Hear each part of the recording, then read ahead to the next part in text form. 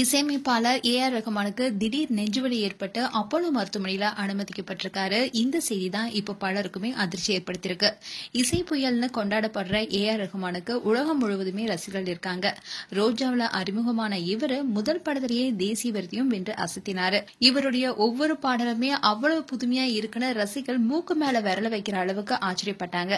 கோலிவுட்ல மட்டும் கலக்கிய இவரு பாலிவுட்டுக்கு சென்று அங்கேயும் தன்னுடைய இசையால ரசிகர்களை கட்டி போட்டாரு. அதை தொடர்ந்து இந்திய அளவுல அறியப்படுற இசையமைப்பாளராய் இருந்த இவரு பல விருதுகளையும் வென்றாரு. கோலிவுட் பாலிவுட்னு கலக்கிய ரஹ்மான் ஹாலிவுட்டுக்கும் போய் ஸ்லம்டாக் மில்லியனர் திரைப்படத்தின் மூலமா 2 ஆஸ்கர் விருதுகள், கோல்டன் குளோப் விருதுகள், கிராமி விருதுகள்னு சர்வதேச விருதுகளையும் வென்று இந்தியாவுக்கு பெருமை சேர்த்தாரு. மேலும் ஆஸ்கர் மேடையில அவர் தமிழ்ல பேசினது தமிழ்நாட்டுக்கு மிகப்பெரிய மணிமகுடமா இருந்துச்சு. பலரும் அதுக்கு வரவேற்பும் கொடுத்தாங்க. இன்னைக்கு வரைக்கும் அவரை ஆஸ்கர் தமிழன் தான் சொல்லிட்டு வராங்க. இப்போ இசையமைப்பாளர் படு பிஸியா இருக்கிற ஏ.ஆர். ரஹ்மானுக்கு திடீர்னு நெஞ்சுவலி ஏற்பட்டிருக்கு. காலையில 7:30 மணிக்கு அவர் தனியார் மருத்துவமனையில அவசர சிகிச்சை பிரிவில் அவர் அனுமதிக்கப்பட்டிருந்ததாகவும் இதய மருத்துவர்கள் அவருக்கு தீவிர சிகிச்சை அளித்து வருவதாகவும் கூறப்பட்டுச்சு.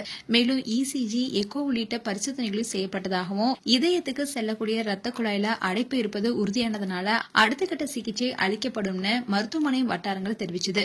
இது ரஹ்மானுடைய ரசிகர்களுக்கு பெரும் அதிர்ச்சியை கொடுத்தது. இந்நிலையில்தான் முதல்வர் ஸ்டாலின் அவர்கள் அவருடைய எக்ஸ்பேஜ்ல என்ன சொல்லியிருக்காருன்னா, இசை புயல் ஏ.ஆர். ரஹ்மான் அவர்கள் உடல்நலக் குறைவால மருத்துவமனையில அனுமதிக்கப்பட்டுள்ள செய்தியை கேட்டவுடனே மருத்துவர்களை தொடர்பு கொண்டு அவருடைய உடல்நலம் குறித்து கேட்டறிந்தேன்.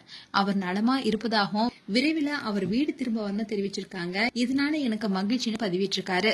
இப்போ இந்த செய்தி தான் ரசிகர்களுக்கு கொஞ்சம் ஆறுதலா இருக்கு. மேலும் ஏ.ஆர். ரஹ்மான் குறித்து உங்களுடைய கருத்துக்களை கமெண்ட் செக்ஷன்ல சொல்லுங்க. இது போன்ற வீடியோஸை பார்க்க நியூஸ் தமிழ் கிட்ஸ் சப்ஸ்கிரைப் பண்ணுங்க. மறக்காம நோட்டிபிகேஷன் பட்டனை கிளிக் பண்ணுங்க.